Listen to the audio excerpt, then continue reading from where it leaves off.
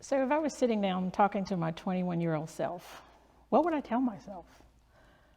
One of the first things is to surround yourself with like-minded individuals.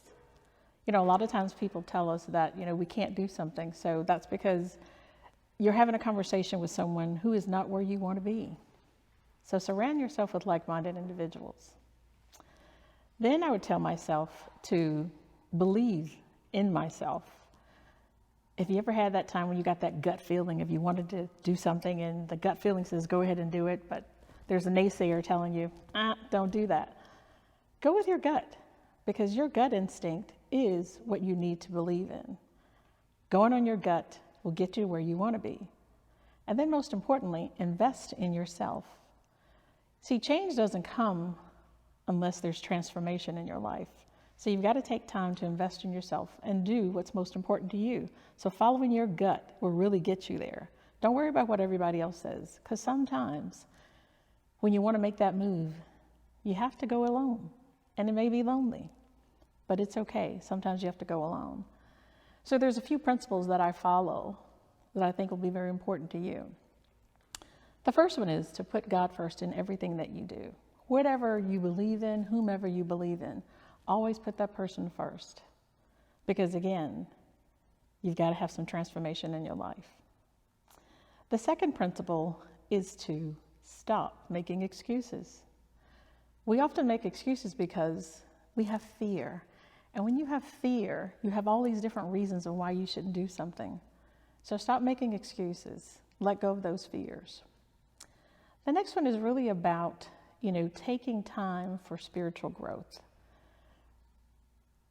Spiritual growth is something that's really important to all of us. And that's because whatever you believe in, whatever your desires are, you've got to take time to meditate. Take time to make sure that you're doing the right things for yourself, not for others. Because no one's going to be there to take care of the bills or do anything of that nature but you. So you may have to go alone, and that's okay. Most people that are very successful have lonely lives to some degree. They surround themselves with friends and family. But if you're looking for, something else, you might have to go it alone. But it's okay, because you will get to your final destination. The last principle is really around invest in yourself.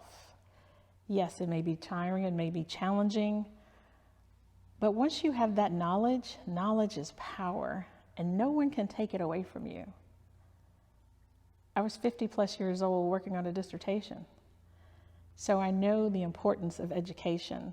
I know the importance of when you really want to do something, you just got to go out there and do it. Don't think about how much it's going to cost. Because once you do that, once you make that sacrifice, the money will come. But if we focus more on that portion of how am I going to pay for that?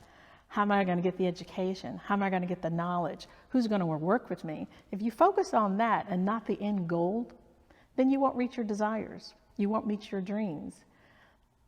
The main focus that you need to really think about is, if you have children, nieces or nephews, what do you want to leave behind? What is your legacy? 50 years from now, what do you want your grandchildren, your nieces or nephews to look at or learn about you?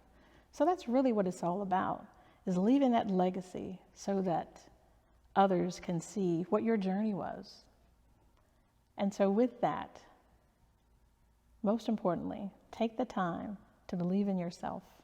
Know that you are good enough to do whatever it is that you have in your heart or desires to do. You are good enough.